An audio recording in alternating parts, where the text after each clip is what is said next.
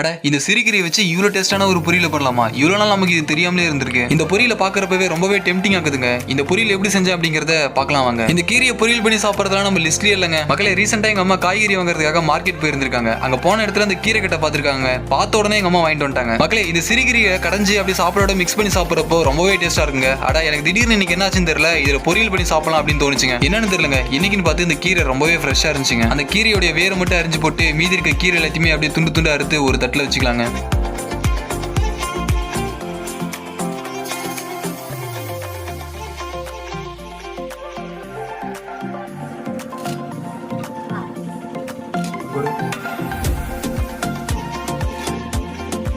அந்த கீரை எல்லாத்தையுமே துண்டு துண்டா கட் பண்ணதுக்கு அப்புறமா ஒரு பாத்திரத்துக்கு தண்ணி ஊற்றி அந்த கீரை எல்லாத்தையுமே நல்லா அலசி எடுத்துக்கலாங்க.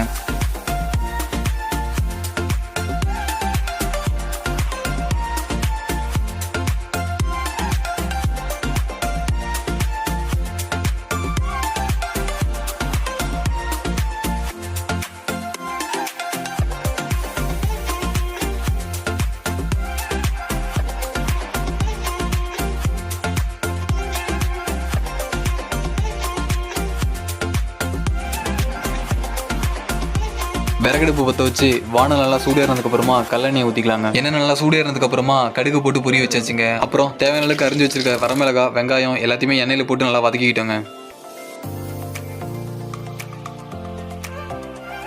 வெங்காயம் நல்லா வதங்கின உடனே நம்ம பொடி பொடியாக நறுக்கி வச்சிருக்க அந்த சிறுகீரையை வானல்லையே கொட்டி தேவையான அளவுக்கு உப்பு போட்டுக்கிட்டு அந்த கீரை வதங்கின வரைக்கும் நல்லா கிண்டிக்கிட்டே இருக்கணுங்க.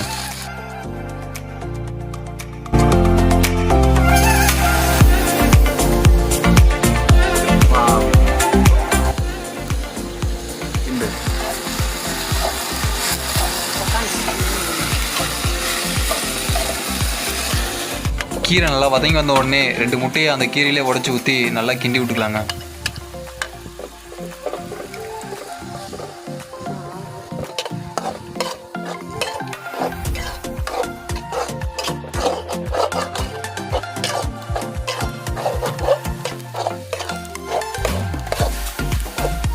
ஃபைனலாக திருவி வச்சிருக்க தேங்காய் அந்த கீரையிலே குட்டி தேங்காய் நல்லா கிண்டி விட்டதுக்கப்புறமா வானலை அடுப்புல இருந்து இறக்கிடலாங்க.